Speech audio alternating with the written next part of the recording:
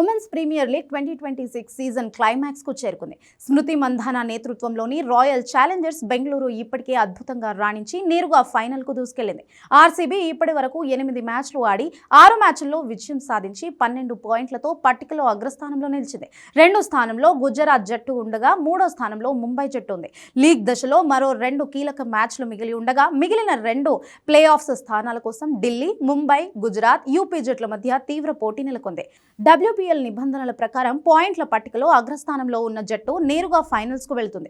2, 3 స్థానాల్లో నిలిచిన జట్లు ఎలిమినేటర్ మ్యాచ్ లో తలపడతాయి. అందులో గెలిచిన జట్టు ఫైనల్లో ఆర్సీబీతో తలపడనుంది.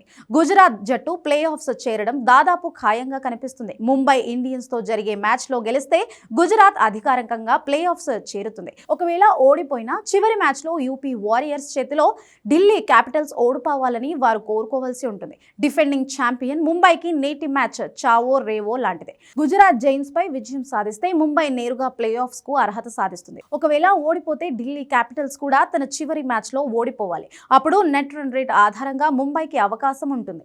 ఢిల్లీ జట్టు ప్లే ఆఫ్స్ ఆశలు సజీవంగా ఉండాలంటే ఫిబ్రవరి 1న యూపీ వారియర్స్ తో జరిగే మ్యాచ్ లో తప్పక గెలవాలి. ముంబై, గుజరాత్ జట్లు తమ పాయింట్లను 8కి పెంచుకుంటే ఢిల్లీ భారీ తేడాతో గెలిచి తమ రన్ రేట్ ను మెరుగుపరుచుకోవాలి. యూపీ జట్టుకు అవకాశాలు చాలా తక్కువగా ఉన్నాయి.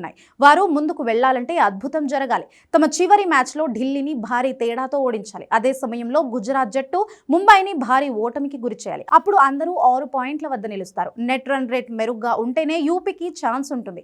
ఆర్సీబీ ఇప్పటికే ఫైనల్ బెర్త్ ఖరారు చేసుకోవడంతో ఇప్పుడు అందరి దృష్టి ఎలిమినేటర్ స్థానాలపైనే ఉంది. మొత్తం మీద ముంబై, గుజరాత్ మ్యాచ్ ఈ సమీకరణాలను మార్చేయనుంది.